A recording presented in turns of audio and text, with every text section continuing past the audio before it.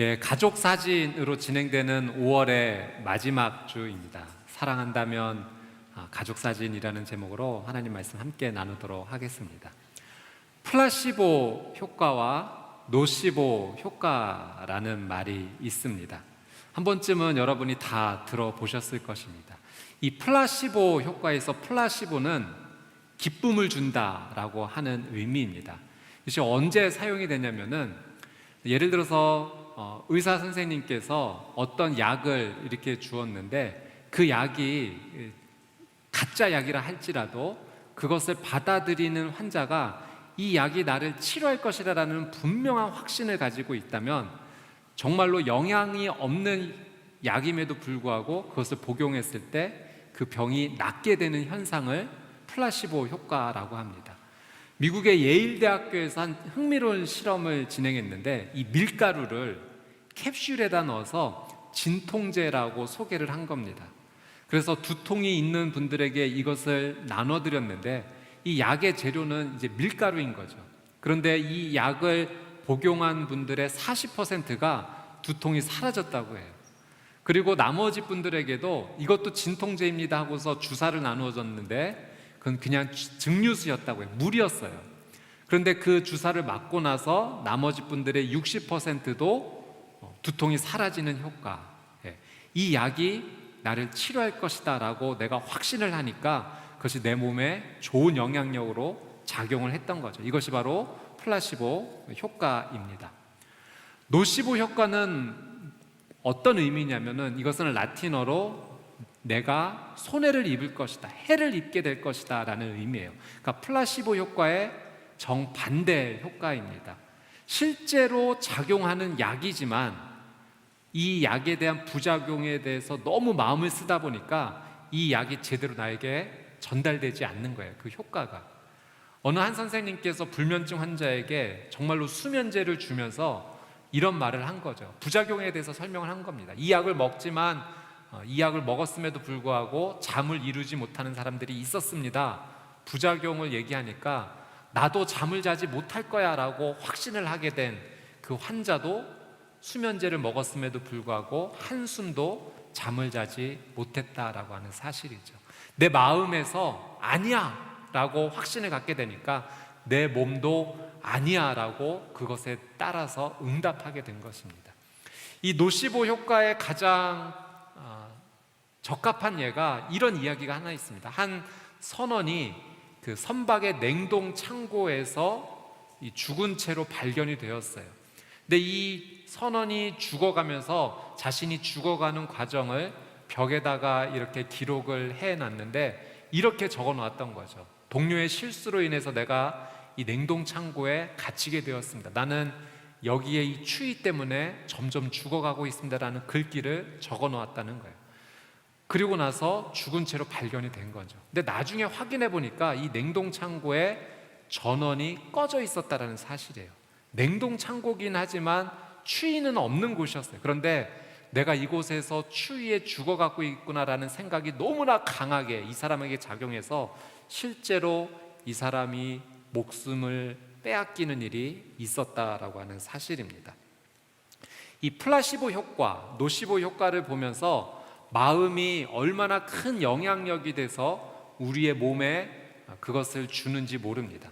마음이 굉장히 중요하다는 것을 우리는 깨닫게 돼요. 그래서 성경에도 보면 이 마음의 중요성에 대해서 우리에게 말씀해 주시는 구절이 있습니다. 잠언 17장 22절 말씀인데요. 한번 이 말씀을 같이 한번 읽어보도록 하겠습니다. 시작. 즐거운 마음은 병을 낫게 하지만 근심하는 마음은 뼈를 말린다. 즐거운 마음이 병을 낫게 하지만 근심하는 마음은 뼈를 말릴 정도로 이 마음이 주는 영향력이 대단하다라고 하는 사실입니다. 이 똑같은 상황에서도 내가 즐거운 마음을 갖고 있느냐 아니면 근심하는 마음을 갖고 있느냐에 따라서 내 삶의 결과와 내 삶의 방향들이 전혀 다른 것들이 나타날 수 있다라고 하는 사실이죠. 이 말이 즐거운 마음이 병을 낫게 한다는 것이 과학적으로도 이게 밝혀져서 현재 치료하는 곳에서도 적용이 되고 있다고 합니다. 그 외국의 놀만이라고 하는 한 사람이 심각한 척추 질환이 있었는데요. 이분이 너무나 이 척추가 아파서 진통제 그리고 이 통증을 완화시키는 약이 없이는 한숨도 잠을 자지 못할 만큼 통증이 심했다고 합니다. 입원하는 동안 어느 날 진통제 이 통증을 완화시키는 약을 먹지도 않았는데 그날 너무 기분 좋게 잠을 자는 놀라운 일을 이분이 경험하게 돼요. 아니, 내가 진통제 맞지 않았는데도 어떻게 이렇게 잠을 편안하게 잘 수 있었지? 그날 무슨 일이 있었나 한번 곰곰이 생각을 해보니까 그날 낮에 한 TV 프로그램에서 코미디 프로그램을 본 겁니다. 너무 재밌어서 10분 동안 원 없이 마음껏 웃었다고 해요. 그래서 이 사람의 이런 효과를 보고서 실제로 검사를 해봤더니 웃음이 정말로 이 사람의 몸에 긍정적 효과를 주는 것을 알게 되었습니다. 3분 동안 마음껏 웃게 되면 마치 보트에서 10분간 노를 열심히 저은 것과 같은 그런 효과가 몸에 나타난다는 거죠. 호흡, 맥박, 이 모든 것이 안정적으로 개선되고 좋아진다는 것을 알게 된 겁니다. 즐거운 마음이 우리의 마음 가운데 선한 영향력을 나타나게 된 거죠. 하나님께서는 3,500년 전에 말씀을 통해서 그걸 가르쳐 주신 거예요. 즐거운 마음은 병을 낫게 하지만 근심하는 마음은 뼈를 마르게 한다. 이 마음이 우리의 몸을 지배하고 또 마음이 우리의 몸에 상당한 영향력을 끼친다는 것을 가르쳐 주신 것입니다. 오늘 저희가 읽은 말씀은 예수님께서 절기가 되어서 예루살렘을 방문하신 이야기예요. 그곳에 베데스다라고 하는 한 못을 예수님께서 찾아가십니다. 이 베데스다는 어떤 의미냐면은 은혜의 집, 자비의 집이라고 하는 의미가 붙여진 곳이에요. 도대체 이 못에 어떠한 일이 있었길래 자비와 은혜의 집이다라는 이름이 붙여졌는가? 이 베데스다에는 옛날부터 전해져 내려오는 한 이야기가 있었습니다. 천사가 간혹 내려와서 이 못의 물을 휘저어 놓을 때가 있는데 이 물이 움직일 때 누구든지 가장 먼저 들어가는 사람은 그 사람이 어떤 병이든지 다 낫게 된다라는 그런 이야기가 전해 오고 있었습니다. 그래서 아마 사람들이 이곳에서 물이 움직이면 모든 병이 고쳐지니 이곳은 자비의 집이다, 은혜의 집이다라는 의미로 이 이름을 붙여 놓았던 거죠. 그래서 이 베데스다 못 주위에는 어떤 사람들이 있었는가? 심각한 질병이 있는 분들이 많이 모여 있었어요. 다리를 저는 사람들, 중풍 환자들, 심각한 몸에 질병이 있는 사람들이 그곳에 늘 가득 있었습니다. 그래서 물이 움직이기를 기다리면서 물이 움직이면 내가 먼저 들어가서 병이 낫겠다라고 기다리고 있던 장소가 바로 이 베데스다였죠. 이 수많은 병자들 가운데 오늘 성경은 38년 된 한 사람, 38년 된 병자의 한 사람을 주목하고 있습니다. 여러분, 38년 동안 어떤 질병을 알아왔다는 것, 그것도 작은 질병이 아니라 거동하기 어려운 심각한 질병에 걸렸다는 것은 이건 너무나 인생의 어려운 과정을 거쳐온 거죠. 성경에 소개된 이 사람의 나이가 정확히 어느 정도인지는 알지 못하지만 아마 38년이라는 시간은 일생의 대부분에 해당되는 시간이 아니었을까 생각을 합니다. 이 오랜 시간 동안 질병의 고통 속에서 살아왔던 이 사람은 삶의 엄청난 절망 속에서 낙담하고 절망하고 있었던 거예요. 오늘 성경은 이 한 사람의 이야기를 주목하고 있습니다. 예수님께서 이 사람에게 가셔서 이렇게 질문하세요. 우리 성경 말씀 한번 같이 볼까요? 오늘 본문의 6절 말씀입니다. 같이 한번 읽어보겠습니다. 시작. 예수께서 그가 거기 누워있는 것을 보시고 또 그가 이미 오랫동안 알아온 것을 아시고 물으셨습니다. 내 병이 낫기를 원하느냐? 여러분, 예수님께서 그 수많은 병자 가운데 38년 동안 고통 가운데 살았던 이 한 사람을 주목하셨어요. 그리고 그가 이 심각한 질병 가운데 오랫동안 머무르고 있었다는 사실을 아셨어요. 그리고 물으셨죠. 네가 병에서 낫기를 원하느냐? 만약 여러분이 이 질문을 받았다면 뭐라고 대답하시겠어요? 여러분이 큰 병을 앓고 있는데, 도저히 내 힘으로 해결할 수 없는 어떤 상황 가운데 있는데 네 병이 낫기를 원하느냐? 그럼 우리는 뭐라고 대답해야 될까요? 네, 낫고 싶습니다. 여러분, 이것이요 가장 정상적인 대답이에요. 네 병이 낫기를 원하느냐? 네, 낫고 싶습니다. 정말 낫고 싶어요. 이 병에서 해방되고 싶어요. 우리는 이렇게 외칠 거예요. 그런데 오늘 이 질문을 받은 38년 된 이 병자가 뜻밖의 대답을 한다는 거죠. 뭐라고 대답했는가? 우리 7절 말씀 같이 한번 읽어보도록 하겠습니다. 시작. 환자가 대답했습니다. 선생님, 물이 움직일 때 못에 들어가도록 나를 도와주는 사람이 없습니다. 내가 가는 동안 다른 사람들이 나보다 먼저 물속에 들어갑니다. 네 병이 낫기를 원하느냐? 선생님, 저를 도와주는 사람이 없어요. 물이 움직이는 동안 나를 옮겨줄 사람이 없습니다. 병이 낫기를 묻고 있는데 지금 이 38년 된 병자의 대답은 원망과 불평이 그 입에서 터져나오고 있는 거예요. 나를 도와줄 사람이 없어요. 내가 지금 이 병을 앓고 있는 거는 아무도 나에게 관심을 가져주지 않기 때문에 그렇습니다.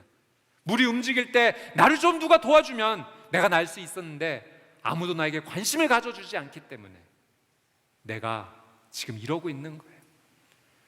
여러분, 이 38년 된 병자, 어떻게 보면 이해도 됩니다. 아주 오랜 시간 동안 이 질병을 알아왔기 때문에 그의 삶 가운데 내가 치료되겠다, 내가 회복되어야겠다라는 이 희망이요 사라진 거예요. 다 말라 비틀어진 거예요. 그래서 네가 낫기를 원하느냐라는 이 정확한 질문에 낫고 싶습니다라는 대답을 하지 못할 정도로 그 모든 희망이 꺼져버린 겁니다. 그리고 희망이 꺼져버린 그의 삶 가운데 원망과 불평만이 남아있는 거예요. 나를 도와줄 사람이 없어서, 내가 혼자이기 때문에, 저 사람 때문에, 우리 가족 때문에 내가 지금 이렇게 살고 있는 거야라는 그 원망과 불평이 이 38년 된 병자의 입에서 나오고 있습니다. 그가 지금 심각한 질병에 처해 있지만 그거 못지않게 지금 이 사람의 마음이 심각하게 무너져 내려가고 있는 거예요. 무너졌어요. 마음이 무너질 대로 무너진 거예요. 내 인생에 다시 시작할 수 있는 희망은 없어. 나는 끝인 것 같아. 절망의 그를 모두 뒤엎고 있기 때문에 질병도 심각한 상황이지만 그 질병 못지않게 마음이 무너질 대로 무너진 것이 지금 이 38년 된 병자의 상황인 겁니다. 여러분, 마음이 무너지면 모든 것이 위축이 돼요. 여러분, 마음이 힘들고 어렵고 무너졌던 적이 있으세요? 기억이 나시나요? 지금 그러고 계신가요? 마음이 무너지면 삶이 위축이 돼요. 용기가 나질 않아요. 다시 일어서서 걸어가야겠다라는 생각조차 들지 않아요. 그리고 내 마음에 원망이 차곡차곡 채워져 갑니다. 나를 돌봐주는 사람이 없기 때문에, 도와주는 사람이 없기 때문에, 의지할 곳이 없기 때문에 내가 지금 이 모습이지, 나는 다시 시작할 수 없을 거야. 모든 희망을 바라보지 못한 채 원망과 불평과 그 모든 부정적인 영향들 아래서 내가 쓰러져 있는 모습을 살게 되는 겁니다. 마음이 무너진다는 것이 이렇게 심각한 상황인 거죠. 그때 예수님께서 이 마음이 무너져 있는, 육신의 질병도 심각하지만 마음이 무너져 있는 이 38년 된 병자에게 어떻게 하시는가? 8절 말씀입니다. 8절 말씀 같이 한번 읽어보겠습니다. 시작. 그러자 예수께서 그에게 말씀하셨습니다. 일어나 내 자리를 들고 걸어가고. 여러분, 이 말씀 가운데 가장 중요한 표현이 있다면 말씀하셨습니다라는 표현이에요. 예수님께서 그에게 말씀하셨다는 거예요. 육신의 질병도 가지고 있고 삶의 모든 희망이 끊어져 있어서 위축되어 있고 용기를 잃어버린 그에게 예수님께서 말씀하셨다는 거예요. 여러분, 우리도 고난과 고통의 삶의 문제 앞에 직면할 때가 있습니다. 내가 어찌할 수 없는 질병으로 인해서 내 삶이 너무나 힘들 때도 있고요. 때로 찾아오는 어떤 경제적인 어려움으로 인해서, 또는 내 인생의 소망을 어떤 것이 이루고 싶은데 도저히 그것이 이루어지지 않아서 위축되고 마음이 무너질 때가 있습니다. 또는 내 삶의 관계, 가정 안에서 부모님과의 관계, 형제 자매의 관계, 자녀의 관계가 어려워져서 마음이 위축되고 포기하고 싶고 내 삶의 빛은 모두 다 사라져버린 듯한 느낌이 찾아올 때가 있다는 거죠. 여러분, 이런 문제 앞에서 사실은 그 문제가 해결되는 것이 무엇보다도 중요합니다. 그런데 그 문제 해결에 앞서서 가장 중요한 것이 있다면 무너진 내 마음이 사실은 먼저 회복이 되어야 된다는 사실이에요. 내 마음은 회복되지 않은 상황 가운데 겉으로 보이는 문제만 해결이 된다면 여러분, 당장은 그 문제가 해결돼서 좋을 수 있지만 마음이 회복되지 않은 상황 속에서의 문제 해결은 또다시 그런 문제로 들어가기가 쉬울 수 있다는 거예요. 겉으로 보이는 문제 해결도 중요하지만 그 문제 앞에서 내 마음이, 내 정신이, 내 영혼이, 내 내면이 회복되는 것이 무엇보다도 중요하다라고 하는 사실입니다. 그래서 예수님께서 이 마음이 무너져 있는 육신의 질병이 고침받기를 간절히 원하지만 그 희망마저도 사라져버린 그 병자에게 예수님께서 그를 회복시키고자 하셨던 것은 그에게 말씀하셨다라고 하는 사실입니다. 여러분, 이것이 오늘 하나님께서 우리에게 주시는 가장 중요한 교훈 중에 하나예요. 예수님께서 말씀하셔야지만, 그 예수님의 말씀 앞에 우리가 서야지만, 그 말씀을 우리가 직면해야지만 우리의 마음의 회복이 일어나기 시작한다는 겁니다. 여러분, 하나님께서 우리 사람을 창조하실 때 성경에 보면 하나님의 형상대로 창조하셨다라고 성경이 기록하고 있어요. 하나님의 형상대로 창조되었다라고 하는 것은 우리의 보이는 이 외적인 모습이 하나님을 닮았다라기보다는 우리의 내면, 우리의 마음이 하나님의 형상을 닮았다는 겁니다.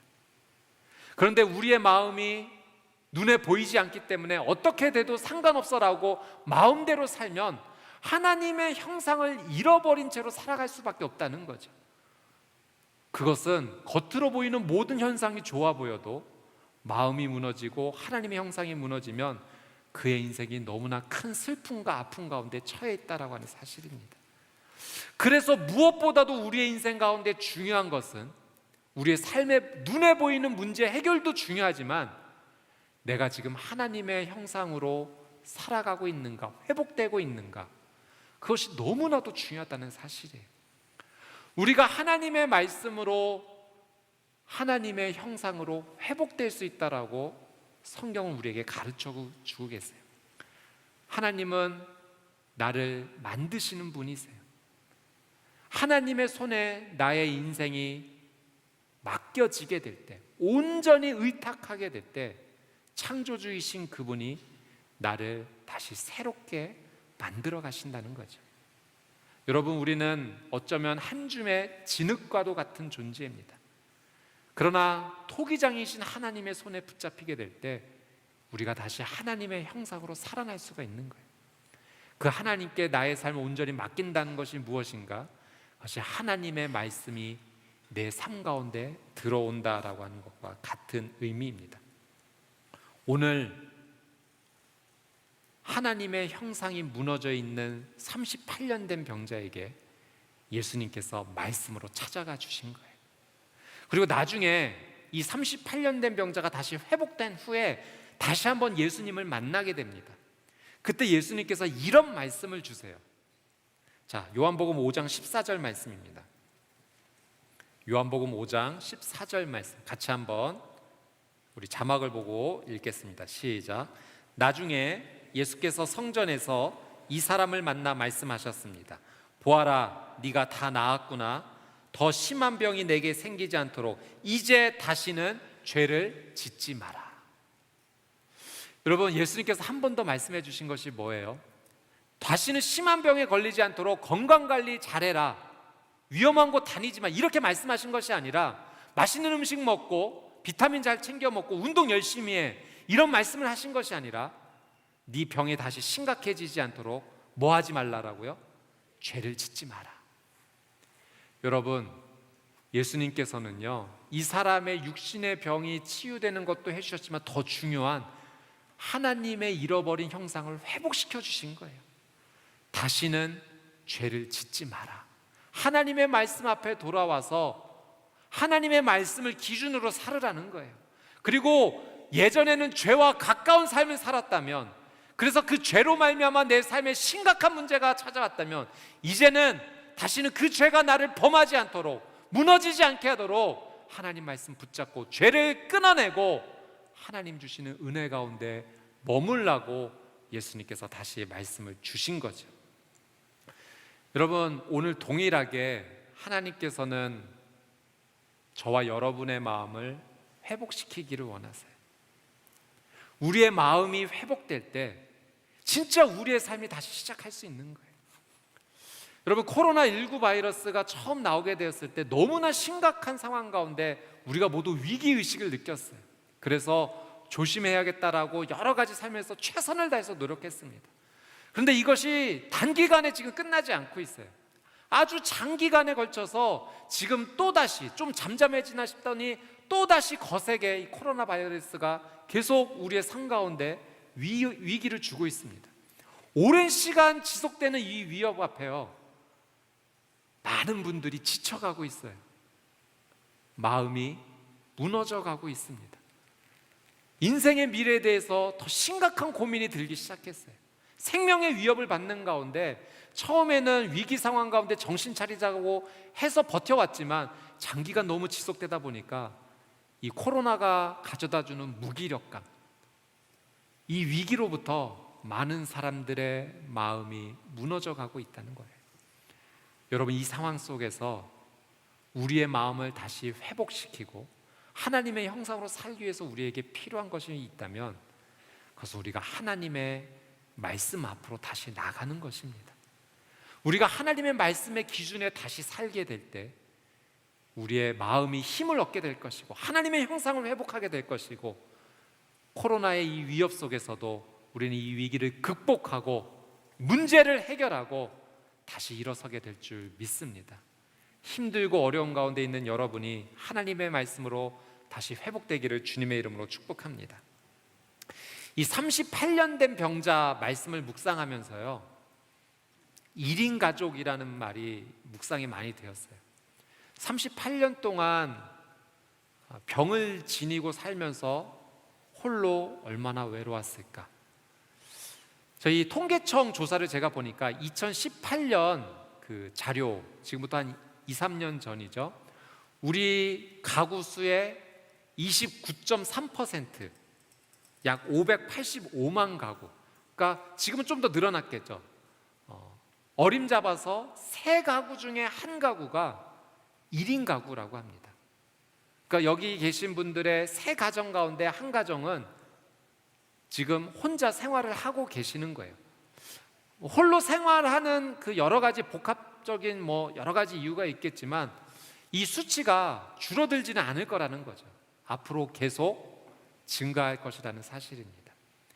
1인 가구의 삶이 모두 다 부정적이다라는 것은 아닙니다. 1인 가구의 삶을 통해서 충분히 누릴 수 있는 긍정적인 면도 있습니다. 그러나 우리가 조심할 것은 1인 가구로 살아간다는 것은 우리가 삶 속에서 이 관계가 점점 외로워질 수 있다는 것을 의미를 하죠.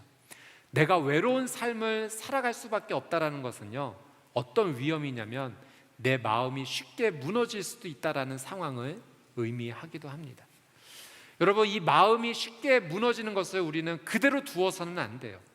비록 1인 가구의 삶을 살고 있지만 이런 상황 속에서도 우리의 마음이 하나님의 형상을 닮아 계속해서 건강하게 살아가도록 우리는 눈에 보이는 외적인 부분도 노력하게 됐지만 눈에 보이지 않는 내 마음, 내 영혼, 내 인격, 이 모든 것을 우리는 건강하게 할 수 있도록 주의를 갖고 계속해서 신경을 써야 된다라고 하는 사실입니다. 겉으로 보이는 삶이 아무리 좋아도 마음이 무너져 내버리면 모든 것이 무너질 수 있기 때문에 그렇죠. 그래서 잠언 4장 23절 말씀에 하나님께서 우리에게 이런 말씀을 주셨어요. 개역 개정인데요. 같이 한번 읽어보겠습니다. 시작. 모든 지킬 만한 것 중에 더욱 내 마음을 지키라. 생명의 근원이 이에서 남이니라. 하나님은 우리의 마음을 잘 지켜야 된다라고 강조해 주셨어요. 왜냐하면 이 마음에서 우리의 생명이 시작되기 때문에 그렇습니다. 눈에 보이는 화려한 삶을 쫓아가기보다 눈에 보이지 않지만 내 마음을 소중하게 여기고 하나님과의 좋은 관계를 맺으면서 살아가는 삶이 지금 이 시대는 무엇보다도 소중한 시대가 된 것입니다. 이 마음을 잘 지키기 위해서 정신과학적으로 몇 가지 추천하는 것이 있습니다. 우리의 육체가 잘 활동하기 위해서는 육체적인 에너지가 있어야 되죠. 육체적인 에너지가 없는데 활발하게 움직일 수 없잖아요. 마찬가지로 우리의 마음이 건강해지고 활발하게 움직이기 위해서는 이 정신적인 에너지가 잘 채워져야 된다고 합니다. 정신적인 에너지가 자꾸 내려가고 바닥을 긁으면 내 마음이 계속해서 힘을 잃는 거죠. 힘을 잃으면 위축되고 용기를 잃어버리고 그리고 자꾸 포기하고 싶고 삶의 부정적인 영향력들이 나를 지배하게 만든다는 거예요. 그럼 어떻게 하면 이 정신적인 에너지를 잘 채울 수 있는가? 사람은 첫 번째로 칭찬과 인정과 격려를 받을 때 정신적인 에너지가 채워진다고 합니다. 그래서 여러분 가정 가운데서 예를 들어서 아내가 음식을 정말 열심히 준비했을 때 남편이 그 음식을 먹으면서 아무 말도 하지 않고 그냥 먹지 않고 그 한 숟갈을 뜨면서 참 맛있다. 어떻게 이런 맛을 낼 수가 있지? 내 입에서 이 환상적인 우주쇼가 펼쳐지는 것 같아요. 어떤 이런 이야기들을 해주면 그 음식을 열심히 만든 아내가 정말 격려를 받지 않겠습니까? 기쁜 거예요. 반대로 남편도 일을 마치고 돌아왔을 때 아내가 여보 정말 수고했어요. 당신이 이렇게 애쓰고 힘써줘서 우리 가정이 이렇게 든든하게 서가는 것 같아요. 격려해주고 칭찬한다면 남편도 힘을 얻지 않겠습니까? 자녀도 마찬가지예요. 부모님의 칭찬과 격려는 자녀에게 최고의 보약입니다. 너가 있어서 너무 행복해. 너의 이런 모습 때문에 엄마 아빠는 너무 행복하단다 한마디 한마디가 자녀에게는 그 정신적 에너지를 채워준다라고 하는 사실이죠. 여러분, 그런데 사실은 우리가 이렇게 칭찬하고 격려하는 것이 일반적인 삶에서 참 쉽지는 않습니다. 우리가 직장에 가면은 어떤 일을 실수할 때도 있어요. 그러면은 직장 상사께서 능력이 없어 이렇게 막 질타할 때도 있어요. 또 우리 자녀들은 공부를 좀 못하게 되면은 너 이것밖에 못하니 이런 꾸중 들을 수도 있고요. 칭찬과 인정과 격려를 통해서 이 에너지를, 정신적인 에너지를 채우면 좋겠지만 그러지 못한 상황 속에서 우리는 어떻게 살아야 되는가? 여러분, 우리 스스로가 나에게, 내 마음에게 칭찬하고 격려해 줄 수 있어야 된다는 거예요. 내가 나에게 수고했어, 괜찮아 라고 말해줄 수 있어야 된다는 거예요. 다른 사람이 부정적으로 얘기해도 나는 나에게 나를 격려해 줄 수 있어야 된다는 거예요. 어떤 수고로운 업무를 마쳤을 때 잘했어, 누구도 그걸 인정해 주지 않아도 내가 나에게 잘했어, 너무 애썼어, 너 이거 하느라고 얼마나 힘썼니, 잠도 몇 시간 줄여가면서 신경 많이 썼지, 잘했어, 한 것만으로도 훌륭해, 너 인생에 큰 발자국을 남긴 거야. 내가 나에게 위로하고 격려해 줄 수 있어야 된다는 거예요. 때로는 상도 줘야 된다고 해요. 맛있는 커피 한 잔 내가 나에게 사주는 거죠. 이거 열심히 한 대가야, 맛있게 먹어. 여러분, 내가 내 마음을 소중히 여길 수 있어야 돼요. 때로는 미안하다고 표현할 수도 있어야 돼요. 마음아, 미안하다. 신경 써주지 못해서 미안해. 눈에 보이지 않는다고 그냥 함부로 방치해서 미안해. 너 참 괜찮은 애야. 우리가 나의 마음 가운데 지지하고 격려해 줄 때 우리가 다시 힘을 얻을 수 있다고 하는 사실입니다. 두 번째로 이 정신적인 에너지를 채우기 위해서는 잠을 잘 자야 된다고 합니다. 여러분, 잠을 잘 잔다고 하는 것이요, 우리의 삶을 회복시키는 놀라운 효과가 있습니다. 하나님께서 우리에게 만들어주신 좋은 시스템인 거예요. 그래서 여러분, 성경에도 보면 이런 이야기가 있어요. 엘리야라는 선지자가 하나님의 부름을 받아서 열심히 사역하다가 완전히 탈진해 버렸어요. 그래서 이 탈진의 마음이요, 어디까지 갔냐면은 사막을 걸어가면서 한 로뎀 나무 아래서 이 엘리야가 쓰러져 버립니다. 그리고 이렇게 하나님 앞에 얘기해요. 하나님, 저 이제 그만 죽여주세요. 죽고 싶다라는 마음을 표현할 정도로 정말 죽고 싶은 마음이었던 거예요. 그때 하나님께서 이 엘리야에게 어떻게 해주시냐면은 천사를 보내주셨어요. 충분히 잘 수 있게 해주세요.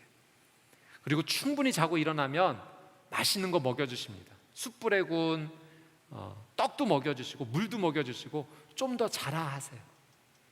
그리고 충분한 휴식을 취하고 난 뒤에 엘리야가 다시 힘을 얻고 걸어가서 하나님의 사역을 하는 것을 보게 됩니다. 여러분, 내 마음이 힘을 얻기 위해서는요, 하나님께서 허락해 주신 잠을 잘 자야 돼요. 숙면을 취하고 다시 힘을 얻고 나를 격려하고 지지하면서 살아갈 때 내 마음이 힘을 얻을 수 있는 거죠. 마지막으로 세 번째 여러분에게 권면해 주고 싶은 것은 오늘 예수님께서 이 38년 된 병자에게 주셨던 은혜입니다. 하나님의 말씀을 들을 때 우리의 마음이 힘을 얻게 된다라고 하는 사실이에요. 여러분, 오늘 이 38년 된 병자의 이야기가 성경에 나오는 예수님께서 다른 병자를 고쳐주신 이야기와 차이점이 하나 있어요. 그게 뭔지 아세요? 다른 병자들은 예수님 저 좀 고쳐주세요 하고서 소리치며 나왔다는 거예요. 예수님, 제 딸이 귀신 들렸어요. 제발 고쳐주세요. 제 딸이 죽어가고 있습니다. 살려주세요. 예수님, 저 눈이 보이지 않아요. 고쳐주세요. 모두 다 예수님께 이렇게 나왔는데 이 38년 된 병자는 그러지 못하고 있다는 거예요.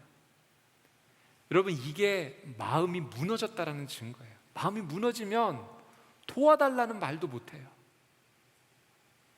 근데 예수님이 찾아가 주신 거예요. 일부러 찾아가 주신 거예요.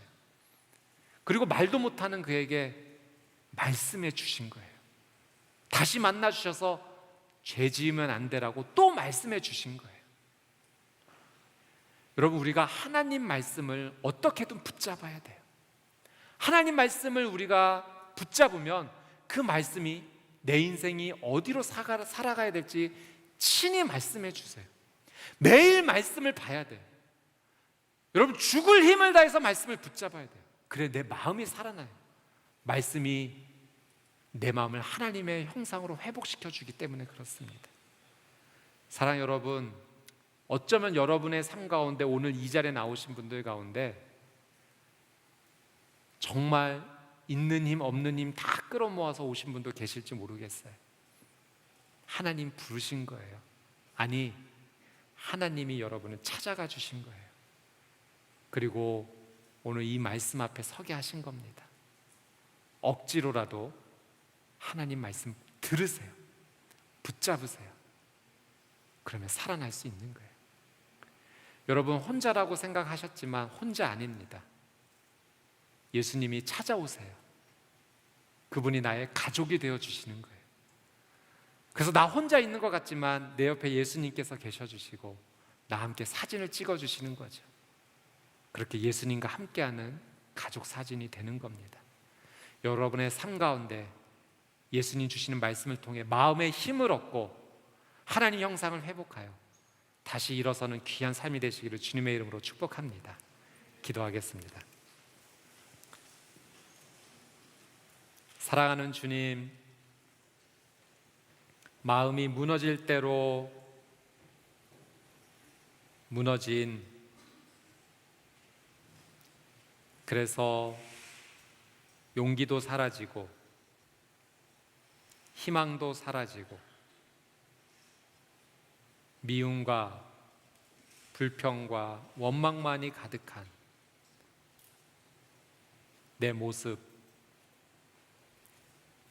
주님께서 아십니다. 이 삶의 문제가 해결되기를 원하지만 이 문제가 해결되기를 원합니다라고 말하지 못할 정도로 탈진했고 소망을 찾아볼 수가 없는 극심한 어려움 가운데 있음을 주님께서 아십니다. 주님,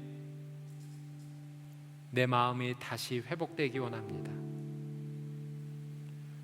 울고 있는 내 마음이 위로받기 원합니다. 엉엉 울고 싶어도 그러지 못하고 위축되어 있는 내 마음이 힘을 얻기 원합니다. 누구에게도 말하지 못하고 누구에게도 표현하지 못했던 주님, 이 마음을